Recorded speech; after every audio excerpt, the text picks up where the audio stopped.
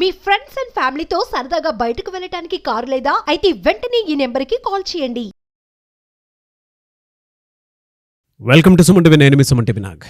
భరణం పొందాలి అని అంటే సుప్రీంకోర్టు 8 రూల్స్ని పాస్ చేయడం జరిగింది. వాటికి సంబంధించినటువంటి పూర్తి డీటెయిల్స్ ఏంటి అనేది ఈరోజు మనతో పాటు హైకోర్టు అడ్వకేట్ రవీంద్రనాథ్ గారు ఉన్నారు. అది వారి మాటలను తెలుసుకుందాం. Hello sir.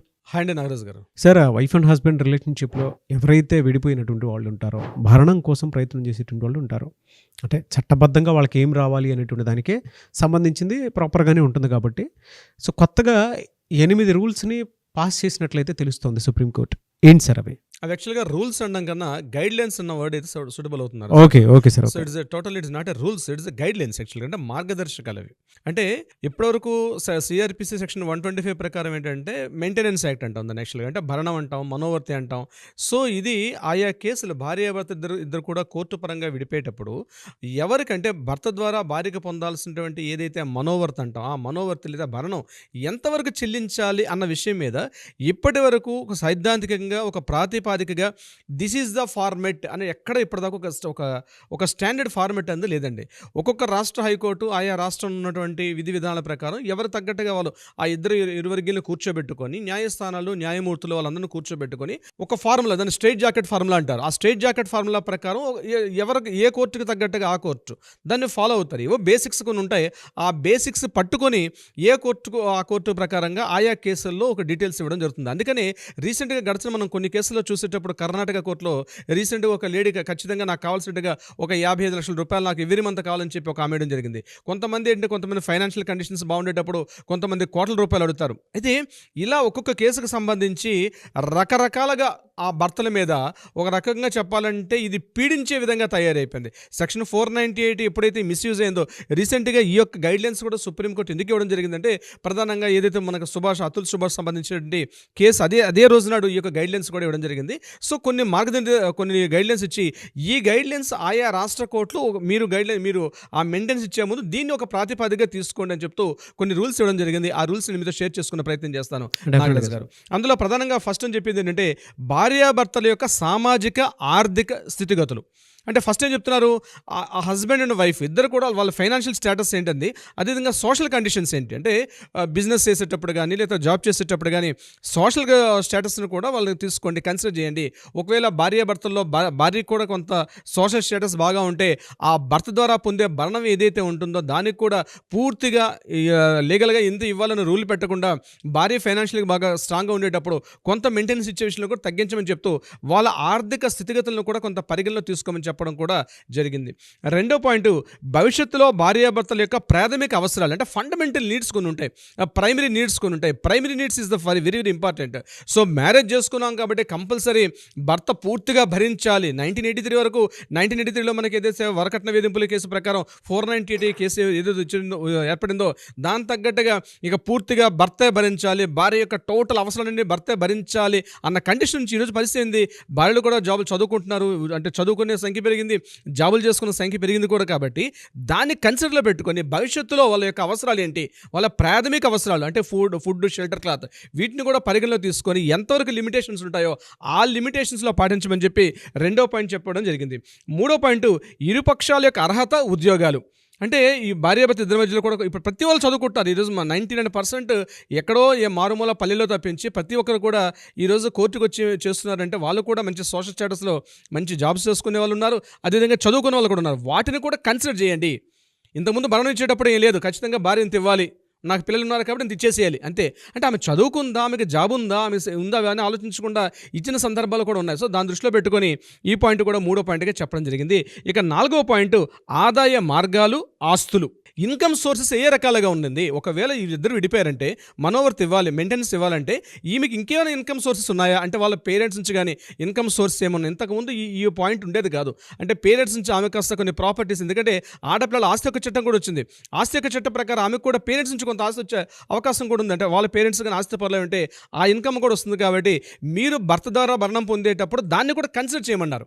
ఆదాయ మార్గాలు, కొన్ని స్థిర చరాస్తులు ఉంటాయి కాబట్టి వాటి ద్వారా కూడా ఏమైనా ఆదాయ మార్గాలు ఉంటే వాటిని కూడా కూడా కన్సిడర్ చేయమని చెప్పడం జరిగింది. ఇది 4th పాయింట్. 5th పాయింట్, అత్తవారింట్లో భార్య యొక్క జీవన ప్రమాణాలు. అంటే ఏంటి, ఈ అమ్మాయి భర్త హస్బెండ్ వైఫ్ అంటే వాళ్ళ మదర్ వైపు, హస్బెండ్ యొక్క మదర్ వైపు నుంచి ఉన్న ఫ్యామిలీలో జీవన ప్రమాణాలు ఎలా ఉంటే, వాళ్ళు చదువుకున్న వాళ్ళ సోషల్ స్టేటస్ ఏంటి, అంటే ఒకవేళ ఆ అమ్మాయి బాగా రిచ్ ఫ్యామిలీ పూర్ ఫ్యామిలీకి వచ్చిందా, లేకపోతే పూర్ ఫ్యామిలీ రిచ్ ఫ్యామిలీకి వెళ్ళిందా, జీవన ప్రమాణాలు కూడా కన్సిడర్ చేయమని చెప్పి 5వ పాయింట్ చెప్పడం జరిగింది. ఇక 6వ పాయింట్, కుటుంబ పోషణ కోసం ఆమె ఉద్యోగాన్ని వదిలేస్తుందా. ఇది వెరీ వెరీ కీలకమైన పాయింట్.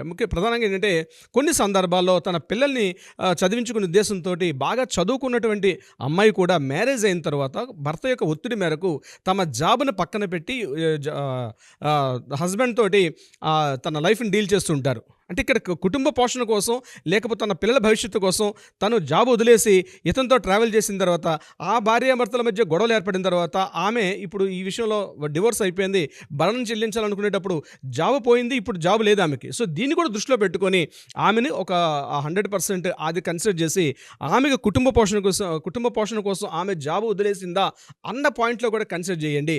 అప్పుడు ఆమెకు భరణం ఎంత ఇవ్వాలనే విషయం మీద ఒక క్లారిటీ వస్తుందని చెప్పి సుప్రీంకోర్టు గైడ్లైన్స్ ఇచ్చారు. ఇక 7వ పాయింట్, ఉద్యోగం చేయని భార్యకు న్యాయ పోరాటానికి సహేతుకమైనటువంటి మొత్తాన్ని ఇవ్వడం. అంటే ఇక్కడ చూడండి, ఆ వైఫ్ జాబ్ చేయట్లేదు, ఆమె న్యాయ పోరాటం చేసింది. అంటే ఇక్కడ అమ్మాయి చదువుకుంది కానీ జాబ్ చేయట్లేదు. ఇటువంటి సందర్భంలో ఆమె న్యాయ పోరాటం చేసినప్పుడు అది సహేతుకంగా ఒక కన్సిడరేషన్, దాన్ని దృష్టిలో పెట్టుకొని ఎంత సహేతుకంగా ఎంత మొత్తాన్ని రిలీజ్ చేయాలి అన్నది ఇరు పార్టీలు కూర్చొని అక్కడ ఉంటే ఆ బెంచ్ కూర్చొని డిస్కషన్ చేయమని చెప్పడం కూడా జరిగింది. ఇక last and final 8th point, maintenance అలవెన్స్తో పాటు భర్త యొక్క ఆర్థిక స్థితి, అతని సంపాదన, ఇతర బాధ్యతలను కూడా గుర్తుపెట్టుకోమని చెప్తుంది. అంటే డెఫినెట్గా భరణం చెల్లించాలి, ఇతర అలవెన్స్లు కూడా ఇవ్వాలి. ఈవెన్ మీరు చెప్పాను చాలా సందర్భాల్లో మనం మాట్లాడుకున్నాం కూడా, ఈ కోర్టు సెషన్స్కి అటెండ్ అయ్యేటప్పుడు దానికి కావాల్సిన ఆటో ఛార్జెస్ కూడా భర్త భరించినటువంటి పరిస్థితులు ఉన్నాయి ఈరోజు. ఆమె బాగానే ఉంటారు, ఫైనాన్షియల్ స్టేటస్ అమ్మాయి బాగానే ఉంటుంది, కానీ ఈ మెయింటెనెన్స్ యాక్ట్ సంబంధించి కోర్టులో ఎప్పుడైతే ఆర్గ్యుమెంట్స్ జరుగుతుంటాయో దీన్ని పురస్కరించుకొని ఆ అమ్మాయి తన రాకపోకల ట్రాన్స్పోర్టేషన్ ఛార్జెస్ కూడా ఇమ్మీడియట్గా ఆ రోజు రాగానే ఇమ్మీడియట్గా అక్కడ చేతిలో ₹1000 $2000 పెట్టడం కూడా చాలా సందర్భాల్లో ప్రత్యేకంగా మేము కూడా చేసాం సందర్భాల్లో.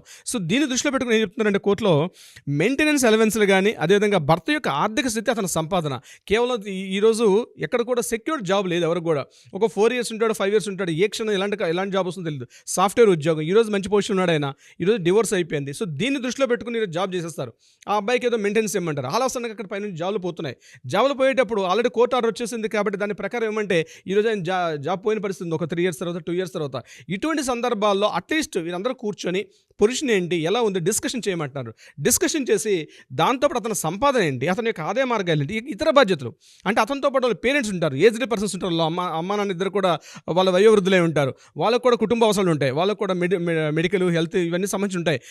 తన పిల్లలు తన భార్యతో పాటు కూడా పేరెంట్స్ని చూడాల్సిన బాధ్యత కూడా ఆ హస్బెండ్ మీద ఉంటుంది. సో దాన్ని కూడా కన్సిడర్ చేసి మొత్తం టోటల్గా ఇవన్నీ కన్సిడర్ చేసి అప్పుడు భరణం నిర్ణయించండి అని చెప్తూ సుప్రీంకోర్టు ఈ 8 మార్గదర్శకాలు ఇవ్వడం జరిగింది. ఈ 8 మార్గదర్శకాలను కూడా ప్రతి రాష్ట్ర హైకోర్టులో పంపిస్తూ దీని మీద మీరు భరణాన్ని ఇచ్చేటప్పుడు వీటిని ప్రామాణికంగా తీసుకోండి అని చెప్పి ఒక గైడ్లైన్స్ అయితే మనకి సుప్రీంకోర్టు ఇవ్వడం జరిగింది. దీని మీద ముఖ్యంగా జస్టిస్ విక్రమ్ గారు, జస్టిస్ ప్రసన్న గారు దీనికి సంబంధించి ఇవ్వడం జరిగింది. ముఖ్యంగా కేసు ప్రవీణ్ కుమార్ జైన్ వర్సెస్ అతుల్ జైన్ అని చెప్పి ఒక కేసుకు సంబంధించి ఈ విధి విధానాలు, ఈ యొక్క డీటెయిల్స్ అనేది సుప్రీంకోర్టు అయితే గైడ్లైన్స్ ఇవ్వడం జరిగింది. ముఖ్యంగా ఈ గైడ్లైన్స్ ఇవన్నీ కూడా ఎంతవరకు వర్తిస్తాయి అంటే, ఇది ఖచ్చితంగా చేయమని చెప్పి ఇప్పుడు కూడా కోర్టు చెప్పలేదండి. It is very very important point.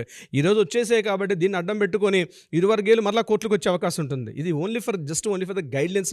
మీరు అపాయింట్మెంట్ ఇస్తారా సార్ అటువంటి వాళ్ళకి? అంటే ఏదైనా చిన్న క్లారిటీ కోసం అని చెప్పేసి అపాయింట్మెంట్ తీసుకొని అన్నా సరే ఒక క్లారిటీ తోటి వెళ్ళాలి అనుకునేటువంటి వాళ్ళకి డెఫినెట్గా నాగరాజు గారు దీనికి సంబంధించి ఒక క్లారిటీ కానీ, న్యాయ సలహా సంప్రదింపులు ఏది కావాలనుకున్నా, భార్యాభర్తలు ముఖ్యంగా అలిమనీ కానీ, లేకపోతే డివోర్స్ సంబంధించి కానీ, 498 సంబంధించి ఇటువంటి అన్ని విషయాల్లో మన లీగల్ టీం వాళ్ళని అప్రోచ్ అవుతారు. డెఫినెట్గా కాంటాక్ట్ చేయగలిగితే డెఫినెట్గా దీనికి సంబంధించి ఒక క్లారిటీ అయితే ఇవ్వడం అయితే మనం ఖచ్చితంగా చేయగలుగుతామండి దీనికి సంబంధించి. ఓకే, వెరీ గుడ్ ఇన్ఫర్మేషన్ అండి. Thank you so much Ravindranath గారు. Thank you so much Nagaraju గారు.